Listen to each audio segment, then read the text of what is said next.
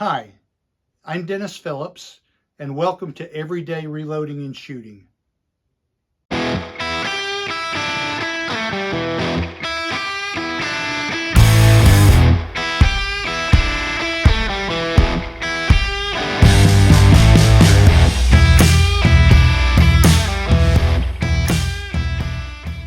So someone on one of the reloading forums that I'm a member of had mentioned from this previous target that I shot that 22.7 was my best group, and he suggested that I start there and go in 3/10 of a grain increments. We're going to be going with the Tikka T3X mounted in the Oryx chassis, and we're shooting a 52 grain ELD match bullet, and here's a picture of that, with IMR3031 powder at 100 yards.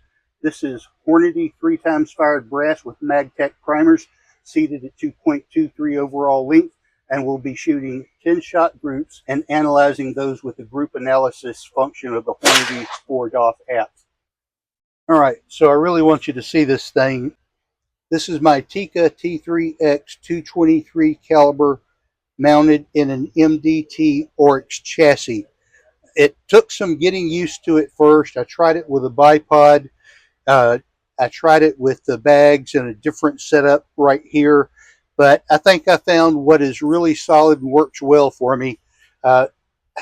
You could spend 80 or 100 bucks on a squishy bag for this. What I've got here for my rear rest is just an ordinary block of 2x4. It's probably about 5 inches long. And this sock, I had a couple of these.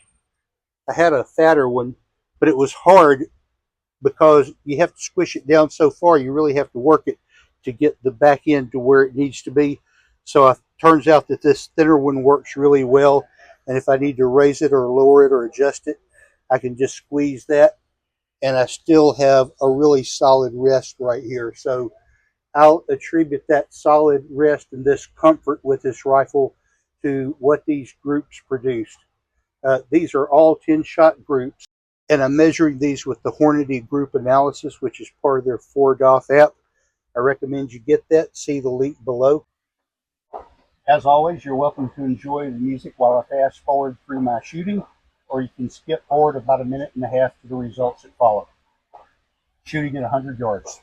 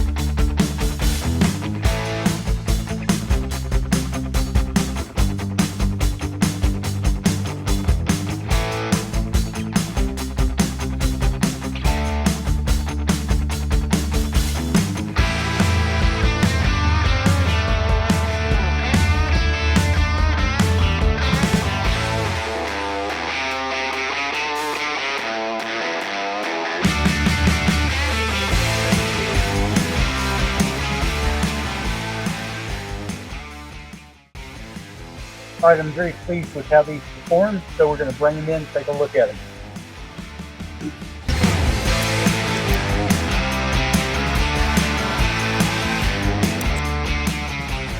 Okay, so this, I believe, was my first shot.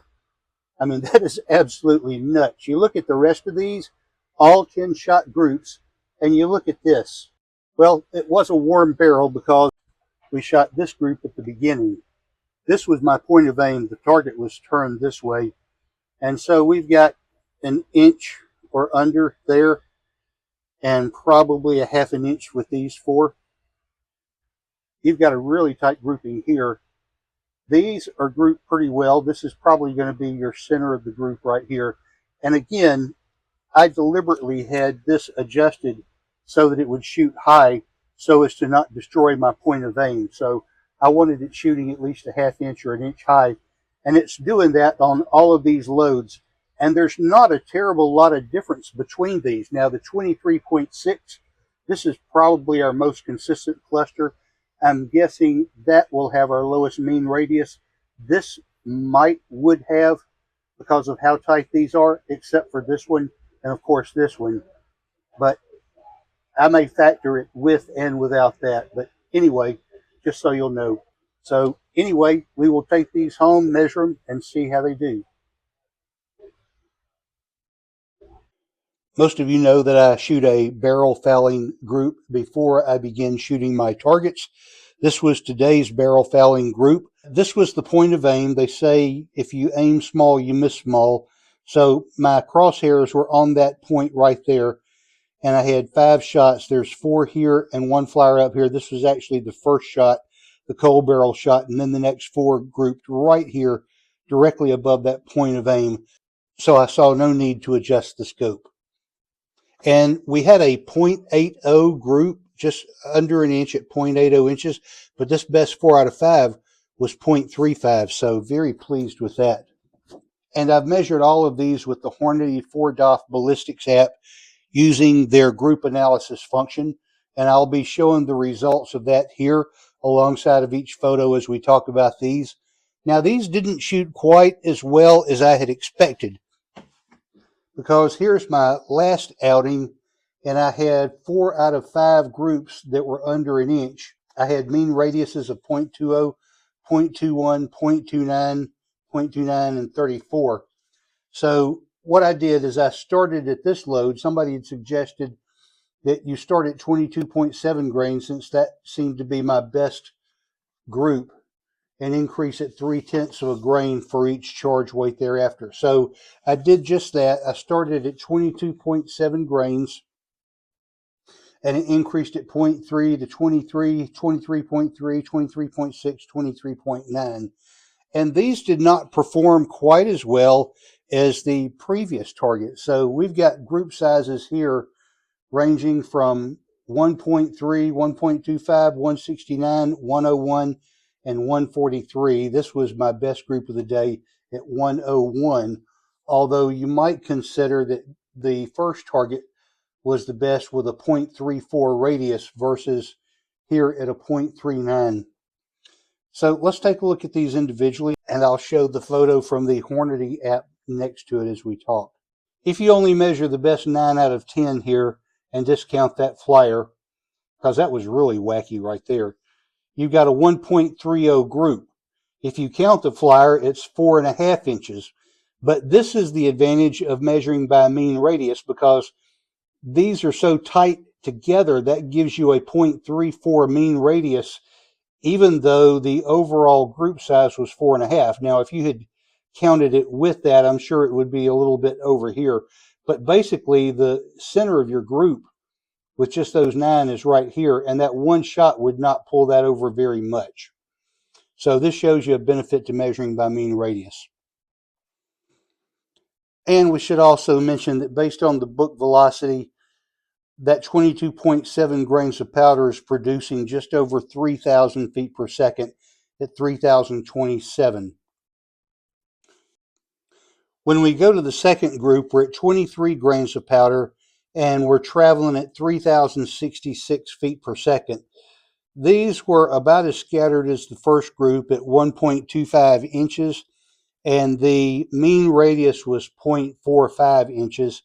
But here's these red lines represent the average center point of impact. And you see we were kind of spread out from here to here, from here to here, from here to here. And that's what gave us that 45 mean radius. Now, incidentally, too, while we're interpreting this, 0.45 is an average radius. A radius is a half a circle. So if you want to consider your average group size, then double that, and that 0.45 becomes a 0.90. That means out of 10 shots, you had an average group size of 0.9 inches. Whereas over here, with a 0.34 mean radius, your average group size was 0.68. And then at 23.3, we're at 3,106 feet per second. Group size was 1.69, and the mean radius was 0.52. So from here to here, we've got a 1.69 average group size. But you see, most of our shots were clustered here, although they're still somewhat spread out. So that gives us a 0.52 mean radius, meaning an average group size of 104. At 23.6 grains of powder, we're traveling almost 3,150 feet per second.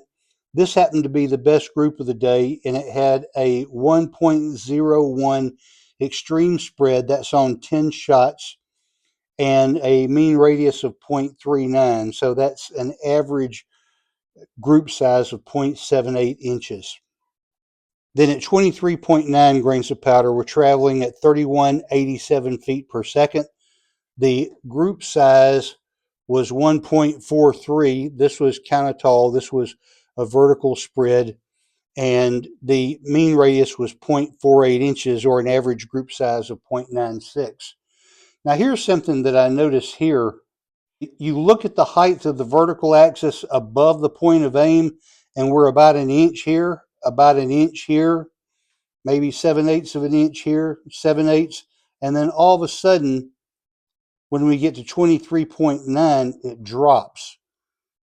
So I'm guessing that that's from the torquing of the barrel, but it's a significant change. It's stepping down all the way across and getting closer, but then there's a significant step down there. So just found that to be interesting. All right, so overall, the 23.6 grains performed the best, and I'm also shooting a different bullet here. I'm shooting a 52 grain ELD match, and those look a little bit different. They have the ballistic tip, but I don't know if it's a difference in the bullet. I know that when I shot this group last week, I know that I started off with a dirty barrel because the week before I had shot 40 rounds through this, testing some accurate 2460 powder. And so that fouling was still in the barrel when I started this group. So maybe the dirty barrel actually helped the group, or what. But anyway, I cleaned the barrel really well before this outing here. So maybe having a little bit of fouling in the barrel does help. So anyway, I'm going to continue working on this particular powder and different loads. We'll probably look at a different bullet, maybe go back to the boat tail hollow point, because really, to compare results, if you're only changing your powder charge, you shouldn't change the bullet. And this was a 52 boat tail hollow point versus a 52 ELD match. Very different bullets. But if anything, I would have thought the ELD match would have flown better with that ballistic tip. But anyway, there you go. I'm going to continue working with this, and I'll be back with more videos. If there's something you want to see, make a comment below. And please check out the Hornady app. There's a link below and how to use the Hornady group analysis. I think the groups that we're shooting are too small. I see a lot of guys shooting 3-shot, 5-shot groups, and I used to shoot 5-shot groups myself. I think shooting a 10-shot group gives you a much clearer picture of how your rifle is actually shooting. All right, so I hope you'll start doing that. Maybe let me know when you post some videos yourself of some of your 10-shot groups or even your 20-shot groups. But I'll look forward to seeing you the next time. Thanks for watching. So if you have any ideas or thoughts about this video, please feel free to leave a comment below. Or if there's anything that you would like to see in the future, please let me know that. I always try to interact with everyone who comments. And I hope that you will like and share this with your friends. And don't forget to subscribe. Thanks for watching.